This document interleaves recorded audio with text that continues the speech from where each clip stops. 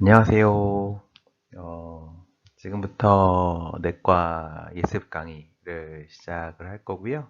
가장 첫 번째로 좀 내과를 어떻게 공부하는 게 좋을지, 그동안 정말 오랫동안 강의를 하고 정말 많은 학생들을 봐왔는데 학생들마다 다 다르겠지만 어떻게 공부하는 게 좀 좋을지 그런 것들을 오랫동안 지켜봐온 입장에서 조금 더 먼저 설명을 드리고자 합니다. 먼저 제 소개를 해야겠죠? 내과 예습 강의니까 아마 이 강의를 들으시는 분들은 저를 아마 처음 보실 거고요, 대부분. 사실 뭐 이렇게 직접 얼굴 보고 강의하는 게 제일 좋은데 어쩔 수 없이 이렇게 해외에서 녹화로 녹화 또는 요즘 이제 원격으로 이렇게 진행을 주로 하고 있습니다. 뭐 코로나 영향도 있고요, 사실. 뭐 여러 가지 이유로 이렇게 인사를 드리게 됐는데요. 간단하게 제 소개를 하면 서울대 의대를 졸업하고 서울대병원에서 인턴 그리고 내과 레지던트를 마쳤습니다. 그리고 내과 전문의고요, 당연히. 여러분한테 관심 있는 것도 이걸 텐데 여러분이 지금 강의를 듣고 있는 메디 프리뷰에서 지금 뭐 부원장으로 내과랑 그다음에 실기를 담당하고 있고요. 벌써 강의를 한 지가 10년이 넘었습니다. 올해로. 그래서 정말 오랜 시간 동안 내과 전반에 대해서 계속 강의를 해왔고, 사실 강의 시간으로 보면, 그냥 그 내과라는 거를 이렇게 강의한 시간으로 보면, 저는 뭐 다른 데 전 세계에 뭐 어떤 사람들이 있는지는 잘 모르니까, 우리나라에서는 제가 당연히 압도적으로 가장 많은 시간을 강의했을 겁니다. 가장 많은 학생들을 보고, 가장 많은 문제를 보고 했을 겁니다. 10년 동안 뭐 계속 내과 전체를 다 강의했기 때문에 해외에도 그렇게 많지 않을 것 같아요. 이렇게까지 해본 사람이. 그러니까 그런 경험들이 쌓여서 이렇게 좀 더 여러분에게 도움이 많이 될 수 있는 강의를 할 수 있는 게 아닌가라고 생각을 합니다.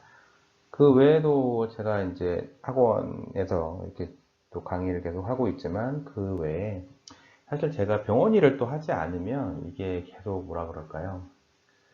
어, 의학이라는 게 정말 매년 매년 변합니다. 정말 이게 가르치기도 힘들고 공부하기도 힘들고 나중에 여러분이 의사가 되고 난 이후에도 참 이게 힘든 직업인 게 물론 다른 아마 분야도 그렇겠지만 항상 계속 변화하고 발전해가는 학문이기 때문에 현업에 있어야지만 제 생각에는 현업에 있어야지만 여러분들에게 좋은 강의를 하고 그리고 그 뭐라 그럴까요? 어느 정도 레벨을 유지할 수 있다고 생각을 해요. 그래서 현업에서 일을 하고 있습니다. 지금 근데 국내 베이스로 사실 제가 일을 하는 있지 않고요. 좀 특이한데 병원을 하고 있긴 한데 주로 해외 베이스로 하고 있어요. 나중에 뭐 기회가 있다면 또 말씀을 드릴 기회가 있겠지만 해외에서 병원을 하고 있고요. 또 뭐 내과 환자들, 내과 말고도 뭐 여러 가지 하여간 환자들을 보고 있습니다. 온라인, 오프라인으로 환자를 보고 있습니다. 지금도. 그렇게 제 소개를 그냥 간단히 마치고요. 그래서 이 정도면 그래도 강의를 들만 하겠구나 이렇게 생각하시면 될 것 같습니다. 자, 내과 공부가 왜 중요한가? 이거는 진짜 의미가 없어. 이건 뭐 말을 할 필요도 없을 것 같아요. 내과 공부가 중요하지 않다고 생각하는 의과 대학생은 한 명도 없을 거라고 생각을 해요. 일단 뭐 당연하게도 비중이 압도적으로 많고요.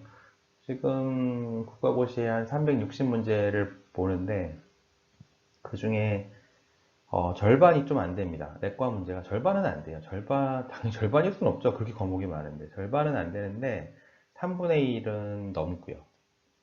3분의 1 정도에서 플러스 알파 정도 되는 것 같아요. 근데 이게, 이 세 번째 말이 또 무슨 말이냐면, 근데 막상 이렇게 내과 문제를 제가 추리거든요. 이제 시험이 이제 공개가 되니까 요즘은. 그래서 이렇게 내과 문제를 추려보면 거의 절반 가까이 돼요. 문제수가. 왜냐면 이게 외과나 아니면 소아과, 이런 데서도 내과에서 공부하는 것들로 풀 수 있는 문제들이 굉장히 많이 나오거든요. 그래서 막상 내과를 공부해서 풀 수 있는 문제를 따져보면 거의 절반 가까이가 나온다고 보시면 됩니다. 당연하게도 정말 중요합니다. 양으로서는 절반이 양으로서도 그 정도 되지 않을까? 뭐 이렇게 생각이 들 정도고요. 공부하는 양으로서도. 하여튼 뭐 가장 기본이 되는 과목이란 건 뭐 누구도 부정을 하지 않을 겁니다. 그래서 일단은 여러분이 지금 이제 막 본과 4학년이다. 내년에 시험을 봐야 된다. 그러면 얘기가 좀 달라지죠. 무슨 뭘로 공부를 해야 될까? 옵션이 별로 없어요. 그 정도 되면 이미 뭐 1년이 남았기 때문에 문제집을 대부분 보겠죠. 문제집 안 보는 학생이 있겠어요? 국가고시 문제집을 보겠죠? 어떤 종류냐, 뭐, 저는 그게 그렇게 중요하다고 생각하진 않는데, 어떤 종류든 하여가 문제집을 보겠죠. 그게 다일 거예요, 아마. 문제집을 보면서 아마 추가로 조금 더 공부하는 정도? 아마 대부분이 문제집 베이스로 공부를 할 겁니다. 아주 특별한 예외적인 경우, 몇 명을 빼면. 근데 이제 그게 아니라 지금 본과 2학년 또는 본과 3학년이란 말이에요. 그럼 본과 2학년이면 어쨌든 뭐 블록 강의 같은 거. 네, 이제 파마콜로지 얘기를 하고 또 임상으로 넘어가 보도록 하겠습니다. 심장에 쓰이는 약이 뭐 여러 가지 있는데요. 그중에 일부만 좀 얘기를 해볼 거고 대표적으로 혈관확장제 얘기를 해보려고 해요. 사실 우리가 어떤 약을 쓸 때 이 약이 어떻게 작용을 하는지, 어디에 작용하는지 이런 것들을 당연히 알아야겠죠? 그러니까 혈관확장제라고 하지만 앞에서도 잠깐 언급을 했는데 이게 정맥을 확장시키는 건지 동맥을 확장시키는 건지에 따라서 효과가 굉장히 다르게 나타납니다. 우리가 임상에서 많이 쓰는 나이트레이트 같은 경우에 동맥 확장 효과도 없는 건 아니에요. 근데 주로는 정맥 좀 더 크다 이런 거고요. 칼슘 채널 블로커 같으면 주로 동맥, 그리고 AC 인히비터나 ARB를 바소다일레이터라고 표현하지는 않죠. 물론 바소다일레이션 효과가 있긴 하지만 왜냐면 이따 나오겠지만 안지오텐신 2라는 게 바소 컨스트렉션 효과가 있거든요. 그래서 ARB나 AC 인히비터라고 하는 게 안지오텐신 2의 효과를 떨어뜨리는 거니까 당연히 바소다일레이터 이펙트가 있죠. 근데 워낙 다른 효과가 많아서 뭐 노네로 하고 뭐 하이드랄라진, 뭐 보센탄 이런 약들도 아테리알 바소다일레이터, 알파고니스트는 뭐 베인하고 아티에 공이 다 작용하는 거, 나이트로프로사이드도 마찬가지. 그래서 일단은 나이트레이트가 주로 베노다일레이터다. 뭐 이 정도를 상식적으로 알아두시면 좋을 것 같아요. 하이드랄라진 이런 거는 아테리얼 바소다일레이터다.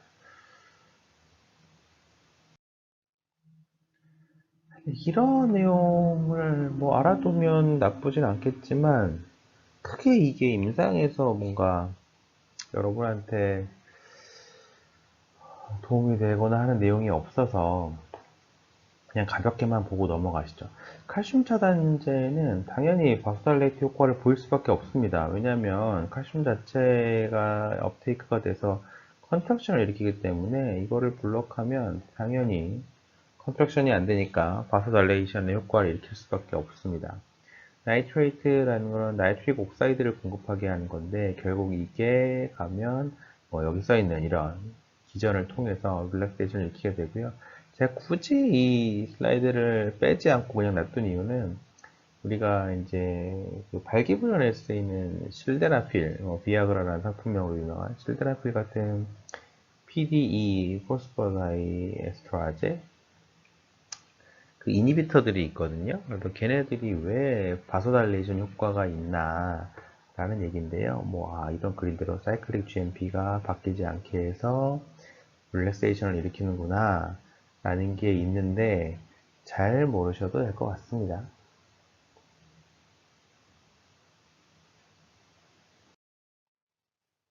혈압약에 대한 얘기고요. 혈압이란 게 혈류 곱하기 저항이잖아요. 보시면 이 혈류량 곱하기 저항인데 이 혈류량을 줄이거나 저항을 줄이거나 둘 중에 하나면 혈압이 떨어지겠죠? 혈류량을 줄이는 방법 중에 아주 단순한 게 이뇨제 쓰는 거. 직접 이뇨제를 써서 빼버리면 혈류량이 줄 테니까요. 그런 게 있고 거기에는 뭐 레닌 아지테이션 알도스테론 시스템을 블록하는 건 그것뿐만 아니라 이 혈관 확장 효과도 있으니까 동시에 두 가지 효과를 보이는 거고요. 그 다음에 베노다일레이터 같은 것도 될 수 있고 심장을 좀 천천히 뛰게 한다든지 뭐 이런 것들 되게 다양합니다. 그래서 다양한 기전들이 있는데 사실 뭐 고혈압은 나중에 기회가 될 때 또 설명을 드리겠지만 요즘은 그렇게 많이 복잡해지진 않았습니다. 그래서 주로 ACE 인히비터, ARB, 칼슘 채널 블로커, 다이우레틱스 이런 약들을 주로 많이 씁니다. 나중에 기회가 있으면 설명을 드릴게요. 레닌 안지오텐신 알도스테론 시스템은 정말 정말 중요합니다. 이거는 뭐 안 나오는 데가 없을 정도로 너무 많이 나와서 이건 상식적으로 알아두셔야 됩니다. 그래서 안지오텐신 노기엔을 안지오텐신 1으로 바꾸는 게 레닌이고요. 그 다음에 안지오텐신 1을 2로 바꾸는 게 안지오텐신 컨버팅 엔자임 ACE라고 하는 거죠. 안지오텐신 2의 리셉터 블로커가 ARB예요. ARB라 함은 안지오텐신 2 리셉터 블로커예요. 안지오텐신 2가 안 만들어지게 하는 게 ACE 이니비터, 만들어진 안지오텐신 2가 작용을 못하게 하는 게 ARB. 두 개의 효과는 동등하다고 생각하시면 돼요. 그 두 개를 같이 쓰는 경우는 거의 없다고 생각하시면 되고요. ACE 이니비터를 쓰거나 ARB를 쓰거나, 주로는 ACE 이니비터 써서 기침과 같은 부작용이 생기면 이제 ARB를 쓰게 됩니다. 안지오텐신2가 하는 여러 가지 일, 뭐 바서 컨스트릭션을 포함해서 여러 가지 일 중에 하나가 알도스테론 분비를 증가시키는 거고요. 그 알도스테론 자체를 차단하는 게 스피로놀락톤이라는 알도스테론 안타고니스트죠. 그래서 사실 이 알도스테론 안타고니스트인 스피로놀락톤은 ARB나 ACE 이니비터랑 동등하지는 않아요. 얘네 안지오텐신2가 하는 일 중에 한 가지를 차단하는 거기 때문에 조금 다르긴 합니다. 자, 이제 소화기 얘기를 해보도록 하겠습니다. 소화기는 아마 이 카디오보다는 훨씬 쉬울 겁니다. 일단은 소화기는 제가 기초 내용을 별로 얘기할 게 없고요. 상식적인 내용은 어느 정도 알고 계실 테니까 바로 인상적인 내용으로 들어가도록 하겠습니다. 일단 첫 번째 시간은 총론, 증상학에 대한 내용입니다. 자, 복통부터 시작을 할 거고요. 일단 복통은 두 가지가 중요해요. 가장 중요한 게 이제 위치, 그리고 또 하나 중요한 게 이게 복통이 어떻게 변화해 가는가. 이 두 가지가 패턴이라고도 하죠. 이 두 가지가 가장 중요한데 어쨌든 위치가 가장 중요합니다. 그래서 위치가 어디냐에 따라서 질병이 확 달라지기 때문에 위치가 어딘지를 먼저 판단을 해야 됩니다. 그래서 여기 지금 표에 있는 거를 뭐 해리슨의 표인데 이걸 다 외우란 얘기는 아니고요. 그래서 제가 따로 한번 위치별로 정리를 해 드릴게요.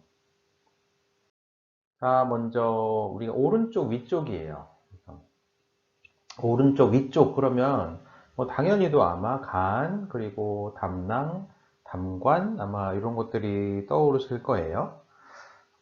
항상 그런 건 아니지만 오른쪽 윗배가 아파서 왔을 때는 대개 이 간, 담낭, 담관 쪽에 문제인 경우가 많습니다. 어떤 병들이 있나요? 너무 많기 때문에 그걸 뭐 다 얘기하기는 힘들고요. 주로 이쪽 헤파토빌리아리라고 하는 이쪽에 문제일 가능성이 높겠구나. 이 정도만 일단 기억하셔도 될 것 같고요. 그 다음에 이 요거는 좀 알아두세요. 이거는 뭐 제가 뭐랄까요? 지금 이 예습 강의부터 시작해서 마무리 강의, 이뭐 본과 4학년 시험 직전 강의까지도 계속 얘기하는 내용인데 오른쪽 윗배가 아프면서 이렇게 열이 나는 질환은 요 세 가지 정도가 가장 흔해요. 그래서 우리가 담낭에 감염이 되고 염증이 생기는 급성 담낭염, 어큐트 콜레시스타이티스, 그리고 담관이 막혀서 주로 생기는 급성 담관염, 어큐트 콜란자이티스, 그리고 간 안에 농양이 생기는 간 농양, 리버 압세스. 이 세 가지가 이제 오른쪽 윗배가 아프고 열날 때 가장 흔한 세 가지 질환입니다. 그래서 요 세 가지를 외워야 돼요. 사실 이런 거는 어쩔 수 없어요. 이거 뭐 생각하는 게 아니고 일단 외웁니다. 그러니까 나중에 환자를 보든 아니면 문제를 풀든 오른쪽 윗배가 아프고 열나는 환자가 오면 머릿속에 딱 이거 세 개가 떠오르면 이 셋 중에 뭔지 알아보는 건 뭐 일도 아니죠. 그래서 쉽게 알 수 있습니다. 자, 그리고 이제 우리가 흔히 명치라고 얘기하는 에피가스트릭 페인이고요. 그림에서도 보시면 알겠지만 에피가스트릭 에리어에 있는 그냥 장기라고 하면 스토마 그리고 판크레아스예요, 주로. 뭐 이 두 가지 장기에서 생기는 병들은 비가스트릭 페인으로 올 수 있겠죠. 근데 그 외에도 이 CBD가 늘어나는 뭐 CBD 스톤이나 뭐 CBD가 커먼 바일 덕트에 생기는 돌 같은 것 때문에 생기는 어떤 통증 이런 것들은 이 에피가스트릭 페인으로 많이 오는 경향이고요. 드물진 않아요. 그러니까 어떤 경우는 이 아까 이 담낭의 통증이 주로 RUQ, 라이트 어퍼 쿼드란트, 오른쪽 윗배, 우상복부 통증으로 오잖아요. 근데 G비스톤, 담석 같은 질환도 에피가스트릭 페인으로 오는 경우들이 있어요. 그래서 그런 것도 좀 신경을 써야 되고요. 그 다음에 아예 GI가 아닌 이 심혈관계 질환이 에피가스트릭 페인으로 오는 경우도 있어요. 사실 이거는 굉장히 중요한 내용인데 이 마이오카디얼 인파크션이 에피가스트릭 페인으로도 많이 와요. 나중에 응급실에 환자가 왔는데 여러분이 환자를 보고 있는데 환자가 배가 아파요 이러고 와요. 어디가 아프세요? 명치 있는 데가 너무 아파요. 그래서 정말 여러분이 뭐 스토막의 문제인가 판크레아스의 문제인가 막 이러고 있는데 환자가 죽을 수도 있어요. 뭘로? 마이오카디얼 인파크션으로. 그래서 항상 에피가스트릭 페인 환자를 볼 때는 MI, 마이오카디얼 인파크션도 가능하다라는 거를 꼭 기억하셔야 되고요. 흔하지는 않지만 뭐 다이섹션 또 그 에피가스틱과 근처에 이 흉부 복부 사이 그쪽에 이제 아orta가 찢어지면 이 에피가스틱 페인으로도 올 수는 있습니다. 흔하지는 않지만 이것보다는 사실 저 마이오카디아 인팍션이 굉장히 중요합니다.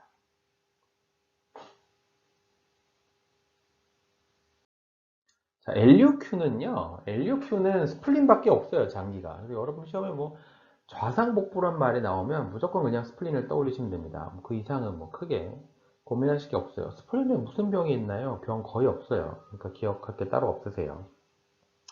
그 다음에 이제 배꼽주의라는 건데, 배꼽주의가 아프다 그러면 여러분 머릿속에는 스몰 바울이 떠오르셔야 돼요. 다른 사람이야 뭐 주변에. 이번 시간에는 폐결핵부터 또 강의를 해보도록 하겠습니다. 폐결핵의 일단 증상은 여러분도 아마 많이 들어보셨을 수 있는데 세 가지 증상이 가장 유명합니다. 그래서 열나는 거, 아주 고열은 아니지만 미열, 그리고 야간 발한, 식은땀 나고 하는 거예요. 그래서 아침에 일어나면 막 베개가 젖어 있다 할 정도로 식은땀이 난다. 그리고 살이 빠져요. 정말 살이 많이 빠집니다. 그리고 뭐 심한 경우는 뭐 객혈을 할 수도 있고요. 피 나오는 거죠. 기침할 때. 요 세 가지가 가장 중요한 증상입니다. 그래서 소아에서는 이렇게 병변이 우리가 폐를 어퍼, 미들, 로어 했을 때 소아에서는 미들, 로어에서도 나타날 수 있긴 한데 성인은 거의 어퍼입니다. 성인에서 생기는 결핵은 거의 그러니까 내과에서 보는 결핵은 거의 어퍼라고 보시면 돼요. 그래서 그런 이유가 결핵균 성장에 좋은 하이 옥시젠 컨센트레이션을 보이기 때문이에요. 자, 그래서 우리가 이제 결핵 엑스레이를 뭐 그러니까 일단은 환자가 증상으로 봐서 결핵이 의심이 되고 그래서 가슴 엑스선을 찍었는데 병변이 있고 폐결핵이 의심이 된다라고 하면 일단 객담 결핵균 검사라는 걸 해야 됩니다. 그래서 이걸 우리가 AFB 스테인 그리고 컬처라는 걸 하는데 염색법은 보통 GL 닐슨이라고 해요. 여러분 시험에 GL 닐슨이라고 나와요. 그래서 결핵에 대한 얘기구나 라고 생각을 하시면 되고요. 요즘은 이제 분자 진단이라는 게 굉장히 많이 발달을 해서 이런 AFB 스테인 컬처뿐만 아니라 투버클로시스 PCR, TB PCR이라는 걸 같이 합니다. 항상. 그래서 TB PCR을 통해서 결핵을 확진을 할 수가 있어요. 사실 우리가 과거에 확진 검사 그러면 이제 컬처, 객담 이 결핵균 배양 검사만이 확진 검사였는데 사실 요즘도 뭐 배양 검사를 하지만 PCR 검사에서 양성이 나오면 거의 확진이라고 볼 수 있습니다. 이 AFB 스테인 같은 경우에는 폴스 포지티브가 있어요. 대표적인 게 논튜버클로스 마이코박테리움이에요. 그러니까 우리가 결핵이라는 게 마이코박테리움 튜버클로시스잖아요.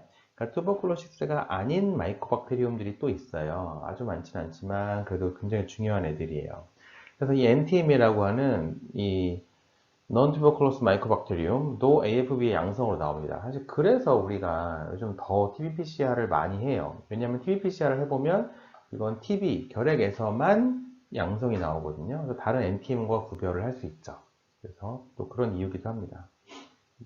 한 번에서 음성 나왔다고 우리가 음성이에요 하진 않고요. 세 번까지 시행을 합니다. 최소 두 번, 가능하면 세 번까지. 두 번 음성 나와도 세 번째 양성이 나오는 사람들이 있어요. 그래서 세 번까지 시행을 해야 되고요. 뭐 한 번 양성 나오면 또 다행이고요. 검사법 꼭 기억해 두시기 바랍니다.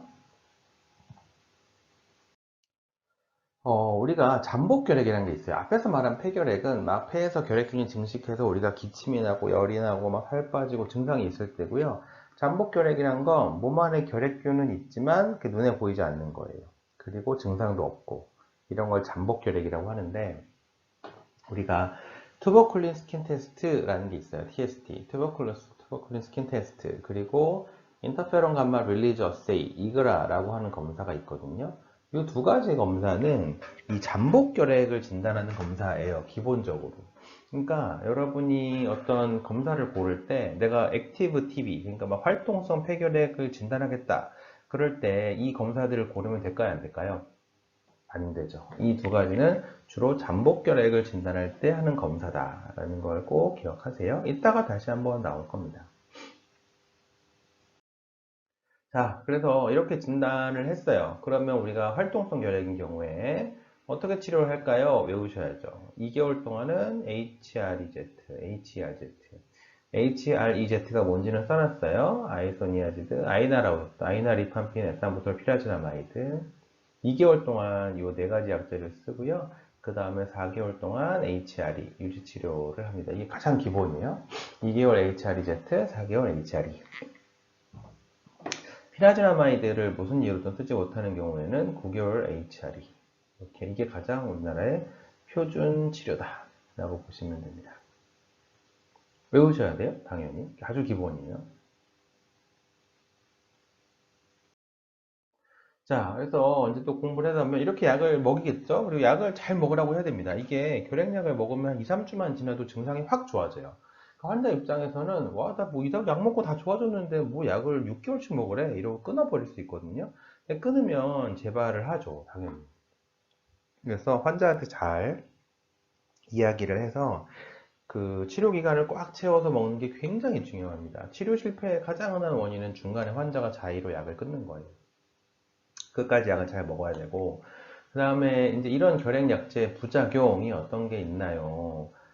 결핵약의 부작용이 중요해요. 왜냐면 결핵약의 부작용도 많을 뿐더러 이런 부작용 때문에 환자가 막 임의대로 약을 끊거나 할 수도 있고, 그래서 우리가 이거를 계속 먹일 거냐, 아니면 약을 바꿀 거냐, 이런 것들을 결정을 해줘야 되거든요. 그래서 위에 세 가지 다 결핵약을 반드시 끊어야 되는 경우인데, 세 번째 거는 사실 1차 약제는 아니니까 첫 번째, 두 번째 중요합니다. 그래서 이 리팜핀이라는 약이 이 혈구랑 관련된 부작용이 굉장히 심한 부작용들이 있어요. 스롬보사이토페닉 펄퍼라. 이게 뭐냐면 스롬보사이토페니아라는 건 혈소판 감소증이죠.